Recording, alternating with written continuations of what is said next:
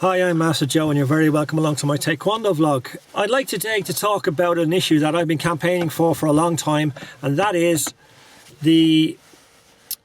when kids are allowed and permitted in competition to attack the head as a way of scoring points.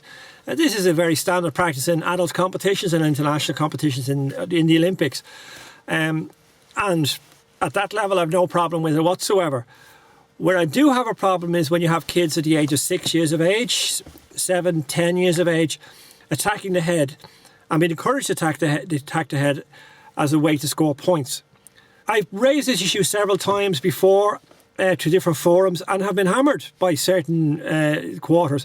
A lot of instructors don't agree with me and think that it's a combat sport, and if you want to take up cricket, go take up cricket. Just don't be doing martial arts.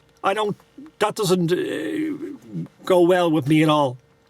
The problem as I see it is that injury can happen to a child's head, face, nose, teeth that can have implications for years to come. And as children, they don't have the choice to enter or not enter. They are told to enter by a lot of pushy parents a lot of the time. Sometimes kids pick to enter, most of the times because their parents want them to enter, which is fine if it's a competition which doesn't involve kicking to the face. I've written to Competion and the World Taekwondo Federation on this particular topic. The World Taekwondo Federation have not responded to me, so I decided to put it here in the video and see what other people's response is to it. Competion have responded and said that they don't endorse children attacking the head in competition, but they fell short of actually saying that they don't want headshots in competition. I've also written to Christopher Nowinski, who is involved in sports injuries, head sports injuries over in Boston. I'm waiting on his response, but I've watched several of his videos in which he commented on the fact that children and young people in sports such as American football and rugby have these concussions that are not seen as long-term or even warrant medical attention. He described it very well in one of his videos when he said if a child or a teenager gets trauma to the head, it's like a building in an earthquake where it rattles and shakes for a little while. And in itself it's okay because the building still stands up most of the time. Sometimes it falls down. Most times it'll stand up. Other times it'll take a second trauma to the head in a week, 6 weeks, 6 months, when you get another trauma to the head and it gets another shake, and then the problems start. He said in his own experience he's seen a lot of head injuries, and he was a wrestler at one stage and he had his own brain injuries as well. I think as adults and as instructors and as master instructors, we need to stand up for the children's rights, and children's rights they need to be protected. I have entered my students in many competitions that don't have headshots involved, and by entering them into these competitions they have come away happy, win, lose or draw, but not injured. A blow to a child's head can cause serious damage. We're not talking about somebody who spends 2 days out of school sick. We're talking about somebody who might be able to talk, walk again. A kick to the face can cause damage to the teeth, which might prevent them from growing properly. This is a serious issue, and I don't think a lot of people are taking this seriously. When a child gets hit to the head, they do one of two things. One, they cry, and two, the chances of them leaving are quite high as well. Subsequently, in a lot of competitions now, there are very few children of novice level interested in competing because they're afraid of getting hurt. The World Taekwondo Federation made a very positive step forward when they introduced face shields that could be used in cadet competitions.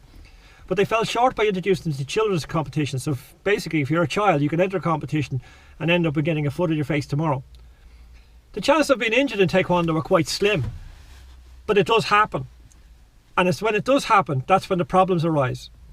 There'll be solicitors queuing up at the instructors' doors and the organisation's doors saying, what happened here?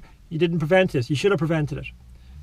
I believe we should campaign as instructors to rule this out. Say we're not going to enter competitions where children are allowed to kick each other into the face.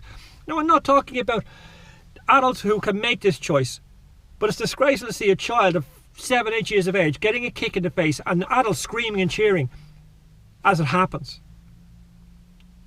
Support me, don't support me. That's your opinion, that's your choice.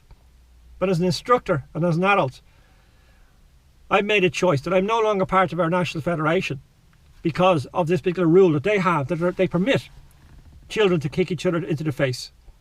Countries like Australia have already outlawed this and don't let it happen. And I think it's super what they're doing. Other countries need to follow suit. And until that happens, my students will never enter a competition where they're allowed to kick each other into the face. And before I go, people have made comments before saying, all you need to do is put people in cotton wool if you want to set them in the ring, if that's what you're going to do. Years ago, we used to fight in body armour that was soft. Then he made it harder. We didn't wear shin guards, arm guards. It was just by choice if you had them or not. Now we have to wear arm guards. Now we have to wear shin guards, then groin guards. Gum shields are compulsory. And head guards were non-existent when I was training as a 14, 15-year-old. Now they are compulsory. And it didn't make the sport soft. It made it better. People wanted to get involved in it. People wanted to join. And we grew. Taekwondo is now one of the most popular martial arts in the world. And it's getting better. And we can make it even better by encouraging more children to join, by outlawing the rule where children can kick each other into the face.